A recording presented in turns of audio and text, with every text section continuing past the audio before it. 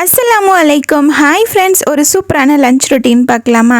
அதுக்கு முன்னாடி அம்மா கோதுமை ரவை, சேமியா இதெல்லாம் போட்டு டிஃப்ரெண்ட்டாக ஒரு பாயாசம் கொடுத்து விட்டுருந்தாங்க. சூப்பராக இருந்துச்சு. அதை சாப்பிட்டுட்டு அப்படியே வேலையை ஸ்டார்ட் பண்ணிட்டேன். இன்றைக்கி ஜீரா ரைஸ், அதுக்கப்புறம் ப்ரோக்கோலி தான் செய்ய போகிறோம். ஜீரா ரைஸ் ஆல்ரெடி நான் ஷேர் பண்ணியிருக்கேன். இந்த ப்ரோக்கோலி ரெசிபி ரொம்ப டேஸ்ட்டாக இருக்கும், ஈஸியாக செஞ்சிடலாம். ஏன்னா நிறைய பேர் ப்ரோக்கோலி வச்சு என்ன செய்கிறது அப்படின்னு கேட்டிருந்தீங்க. ஸோ இந்த ரெசிபி ஈஸியாக இருக்கும். ஃபஸ்ட்டு ஜீரா ரைஸ்க்கு தாளித்து விட்டுட்டேன். ஜீரா ரைஸ் தாளிச்சிட்டு கடைசியாக ஒரு டீஸ்பூன் நெய் ஊற்றிட்டு குக்கரை க்ளோஸ் பண்ணிங்க அப்படின்னா சாப்பாடு நல்லா சாஃப்டாக மணமாக இருக்கும். இப்போது 3லேருந்து 4 பெரிய வெங்காயம் நல்லா பொடிசாக அந்த மாதிரி கட் பண்ணிவிட்டு நம்மளோட மண் பாத்திரத்தில் எண்ணெய் ஊற்றிட்டு எண்ணெய் சூடானதுக்கப்புறமா சீரகம், 3 பச்சை மிளகா, நம்ம கட் பண்ணி வச்சுருக்க வெங்காயம் சேர்த்து வதக்கணும். மூடி போட்டு விட்டுருங்க, நல்லா வதங்கி வரட்டும்.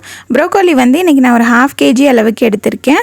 அதை நல்லா அந்த மாதிரி கட் பண்ணிவிட்டு கொதிக்கிற தண்ணி ஊற்றி உப்பு போட்டு நல்லா மிக்ஸ் பண்ணிவிட்டு ஒரு 10 to 15 minutes வச்சுட்டு அதுக்கப்புறம் நல்லா கோல்டு வாட்டரில் வாஷ் பண்ணிடுங்க. இந்த பக்கம் ஒரு 3 பழமான தக்காளி, அது கூட ஒரு 4-5 முந்திரி பருப்பு சேர்த்து நல்லா ஃபைனாக அரைச்சிட்டு அதையும் தனியாக வச்சுக்கோங்க.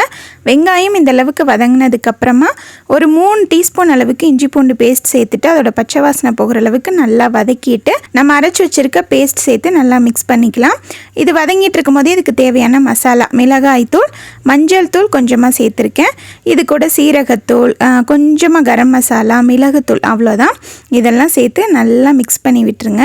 இது அப்படியே வதங்கி நல்லா எண்ணெய் பிரிஞ்சு வரணும். எந்த அளவுக்கு வதக்குறீங்களோ அந்த அளவுக்கு டேஸ்ட் நல்லாயிருக்கும். அதுக்கப்புறமா அந்த ப்ரோக்கோலி சேர்த்துட்டு அந்த மசாலாவோட நல்லா மிக்ஸ் பண்ணி ஒரு 10 நிமிஷம் வதக்கிட்டு அதுக்கப்புறம் இது வேகிறதுக்கு ஒரு 1/2 டம்ளர் தண்ணி சேர்த்து மூடி போட்டுட்டு அப்படியே லோ ஃப்ளேமில் வச்சுருங்க. முட்டையும் வேக வச்சுட்டேன். சாப்பாடு நல்லா சூப்பராக ரெடி ஆயிடுச்சு. குக்கரில் இந்த மாதிரி ரைஸ் வைக்கிறப்ப நல்லா மிக்ஸ் பண்ணி விட்டுட்டு மூடி போட்டு விட்டுட்டிங்க அப்படின்னா சாப்பாடு எப்போ நீங்கள் ஓப்பன் பண்ணாலும் உதிரி உதிரியாக இருக்கும். இப்போ ஒரு 10 to 15 minutesல நம்ம கிரேவி சூப்பராக ரெடி ஆயிரும். கசூரி மேத்தி கொஞ்சமாக க்ரஷ் பண்ணி போட்டுட்டு மல்லி இலை போட்டு இறக்கிட்டிங்க அப்படின்னா நல்லா கமன்னு சூப்பராக ரெடி ஆயிரும். இந்த லஞ்ச் காம்போ ட்ரை பண்ணி பாருங்கள். ரொம்ப டேஸ்டியாக ஃபுல்ஃபில்லாக இருக்கும். தேங்க்யூ.